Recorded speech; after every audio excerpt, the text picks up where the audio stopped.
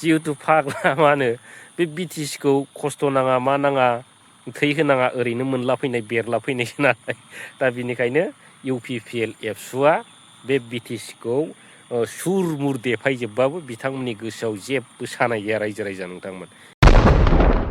नंखायनो बिटिसिखौ देफाय देसि खालामनानै बिटिसिखौ दंस' खालामजोबबाबो बे UPPL एबसुआ जेबो दुखु मोननाय गैया रायजो राजा नोंथांमोन।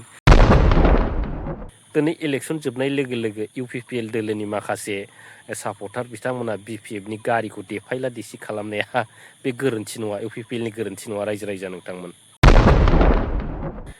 इलेक्सन जोबनाय लोगो लोगो माखासे जायगायाव अफिस बुफायलायनाय आरो गारि बुफाय बुसि खालामनाय आरो UPPLनि अफिसखौ मानि अरजों हख्लायलाबायनायखौ नुदों आरो जोङो दा बुंनो गोनाङाथ' दिनै बारा गैया रायजो राजा नोंथांमोन। दा दिनै UPPL अफिसा मानो सावजाखो नङा होमब्ला? दिनै बिथांमोना गोबां बाथ्रा बुंनो हागौ, दुखु मोनदों जानो हागौ आरो थारैनो UPPL दोलोनि मानसिफ्रा गोबां मानि मा होनो बिदिखौ गिदिर खामानि मावदों, माने गोरोन्थि खामानि मावदों। बे गोरोन्थि खामानि मावनायखायसो बिथांमोना दिनैहाय अफिसबो सावजादों, देफाय देसिबो खालामजादों आरो दा बेफोरबायदि आरो जाय बेक्तिफ्रा गोरोन्थिखौ मावगोन बै बेक्तिफ्रा दानि जुगाव माने गोरोन्थिनि फिननायखौ 100% मोनगोन रायजो राजा नोंथांमोन। बिथांमोना बे UPPL अफिस सावोब्ला बै एबसु अफिसखौ जुदि देफायोबा बेनो बयनिफ्रायबो बिथांमोननि बायदिबा हारिनि देरसिन खहा रायजो राजा नोंथांमोन। खुलुमबाय रायजोफोर, दा फिन खनसे नोंथांमोनजों हाजिर जाफैलायबाय दिनैहाय। दा बिधान सभा इलेक्सनाथ' जोबलांबाय मोजां मोजां नङा होमब्ला? आरो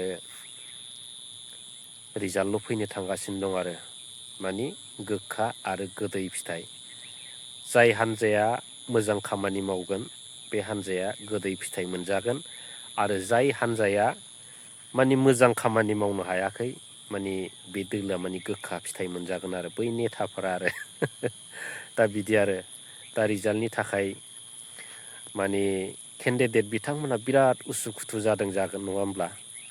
जानांगोनबो आरो बै समा माब्ला फैगोन बेखौथ' नेनांगोनबो नङा होमब्ला?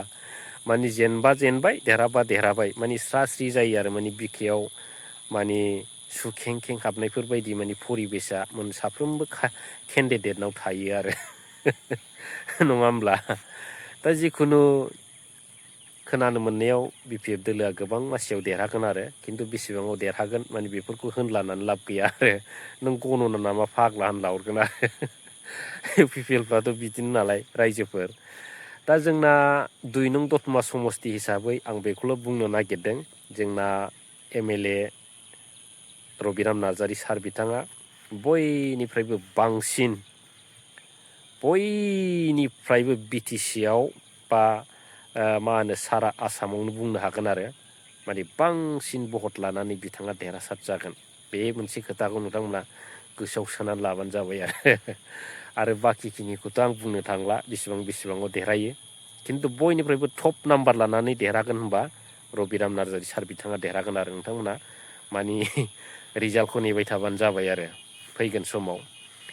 दा बिदिनो गोबां सापर्टार बिथांमोनहा गोबां गाव गावनि अपिनियनखौ लादों आरो उमुक दोलोआ एथ' देरहागोन उमुक दोलोआ एथ' जेनगोन लायलायनाय मानि ससियेल मिडियायाव नुबाय थादों आरो दा मोजां नङा होमबा? सिमांखौथ' नुनांगोन खिन्थु सिमाङा माब्लाबा मोगथाङाव जिन्दिगियावबो जायालै रायजो राजा नोंथांमोन, बे हले खाथां आरो नङा होमब्ला? दा जिखुनु समखौ नेदो, एकदम BPFआ बांसिनाव देरहागोन आरो इलेक्सन जोबनाय लोगो लोगो माखासे जायगायाव अफिस बुफायलायनाय आरो गारि बुफाय बुसि खालामनाय आरो UPPLनि अफिसखौ मानि अरजों हख्लायलाबायनायखौ नुदों आरो जोङो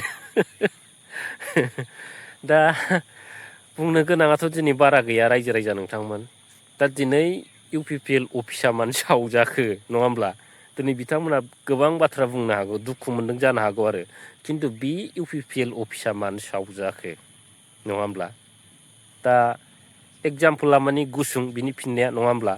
थारैनो UPPL दोलोनि मानसिफ्रा गोबां मानि मा होनो बिदिखौ गिदिर खामानि मावदों माने गोरोन्थि खामानि मावदों।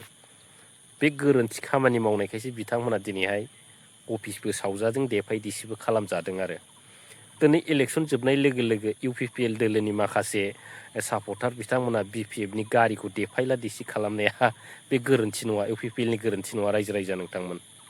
दा बेफोरबायदि आरो जाय बेक्तिफ्रा गोरोन्थिखौ मावगोन बै बेक्तिफ्रा दानि जुगाव माने गोरोन्थिनि फिननायखौ 100% मोनगोन रायजो राजा नोंथांमोन। नंखायनो दुखु मोनना लाब गैया बै UPPLनि आदामोन ओमफ्राय आदैमोन फंबायमोना आरो नङा होमब्ला? आरो बेजों लोगोसे जोंनि बर' हारिनि मोनसे सिनस्रि आफाद नङा होमबा? दुलाराय बर' फरायसा आफाद जातिय संगठन, दा बे अफिसखौबो माने सियार टेबोल माने देफायलाबायनाय नुदों आरो आं नङा होमब्ला?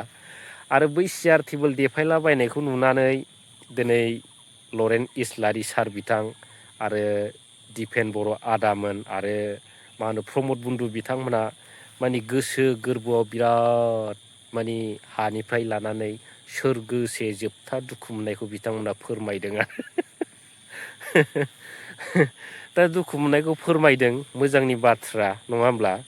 खिन्थु बिथांमोना बे UPPL अफिस सावोब्ला बै एबसु अफिसखौ जुदि देफायोबा बेनो बयनिफ्रायबो बिथांमोननि बायदिबा हारिनि देरसिन खहा रायजो राजा नोंथांमोन नङा होमब्ला?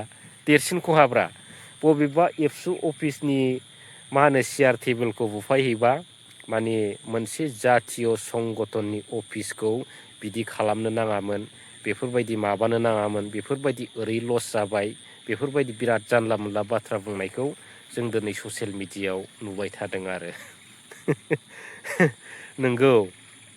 दा आं बेखौल' एगजामपोल हिसाबै मोनसे फिननाय होगोन आरो बिदिब्ला थांनाय माखासे दाननि सिगां बै BTC सेक्रेटारियेटनि बाथ्राखौ जों लाबोनांगोन रायजो राजा नोंथांमोन। बे BTC सेक्रेटारियेटआ खुनु बर' रायजो राजाफ्रा जिउ होनाङाखै, थै होनाङाखै, बिमा माहारिया रान्दि जानाङाखै नङा होमब्ला? माने बे BTCआव ओरैनो उरि हाफौ मा होनो बेरलाबायनानै मैखुन बेरलाबायनायफोरबायदि माबा बेरलानानै बे BTCआ रज'फैदों आरो नंखायनो BTCखौ देफाय देसि खालामनानै BTCखौ दंस' खालामजोबबाबो बे UPPL एबसुआ जेबो दुखु मोननाय गैया रायजो राजा नोंथांमोन। जिहेथु फाग्ला मा होनो बे BTCखौ खस्थ' नाङा मा नाङा थै होनाङा ओरैनो मोनला फैनाय बेरला फैनायसो नालाय, दा बिनिखायनो UPPL एबसुआ बे BTCखौ सुर मुर देफायजोबबाबो बिथांमोननि गोसोआव जेबो सानाय गैया रायजो राजा नोंथांमोन। खिन्थु बै एबसु अफिसनि सियार मोननैसो देफायनांगौबा माने जोबथा दुखु मोननाय, जोबथा खहा आरो बिदिबा बर' जाथिनि जोबथा माने मा होनो बिदिखौ धंस'खारि होननांगोन आरो बिथांमोननिबा आरो खिन्थु बै BTCआ दंस' जाबाबो बिथांमोननि थाखाय जेबो नङा रायजो राजा नोंथांमोन। बे हले मोनसे पइन्ट, बेखौ लानांगोन नोंथांमोना। दा दिनै बिथांमोनहा सरखार गैला, खर' गाज्रि जादों नङा होमब्ला? दिनै इनकामबो गैला, दिनै खर' गाज्रि जाखागोन। 5 बोसोराव बिथांमोना जिरायना थानांसिगोन आरो 5 बोसोरनि उनाव बिथांमोना माने BPF दोलोजों जुजिनांफिनगोनथ'।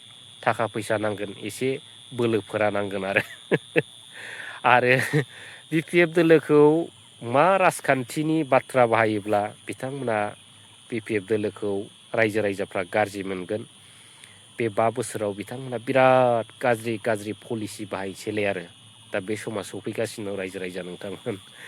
दा दिनै गोबां बाथ्रा बुंलालै, माने सामफ्रामबो भिडिअ'आवबो फैनाय जायाखै आरो बिराद बेस्थ' आरो इलेक्सनाव गिलु फालु खारग्लुंलाबायबाय, बेनिखायनो आं टाइम मोनाखैमोन आरो ओरैनो गुबुननि भिडिअ'खौ आंनि चेनेलाव आपल'ड खालामबाय थादोंमोन आरो इन्टारभिउ लानानै, सोरखौबा लोगो हमनानै, सोरखौबा मा होनो मिटिङाव बेफोरबायदि भिडिअ' लानानैसो आङो भिडिअ' आपल'ड खालामदोंमोन आरो आंनि चेनेलाव। दा दिनैनिफ्राय आंनि निजानि कन्टेन्टआ फैफिनसिगोन। रायजोफोर नोंथांमोना हागौमानि मोजां मोनोबा लाइक, शेयार आरो कमेन्ट खालामबानो जाबाय आरो आंनि चेनेलखौ नोंथांमोना अरायसम सापर्ट होलांबानो जाबाय आरो दा बेखौ साफ्रोमबो आइ आफा रायजो राजा नोंथांमोनखौ खावलायहरबाय।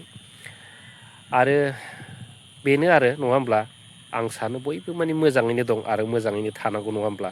आरो बे दावराव दावसि राजखान्थिफ्राथ' माने बेफोरथ' माने अरायसम जाबाय थाया, माने दिनै जागोन गाबोन जोबगोन आरो ओंखायनो राजखान्थियाव माने बांद्राय माने सोनारनानै गावनि जिउखौ राजखान्थियाव बावसोमबा माने मालाबा खहा जानो हागौ आरो रायजो राजा नोंथांमोन।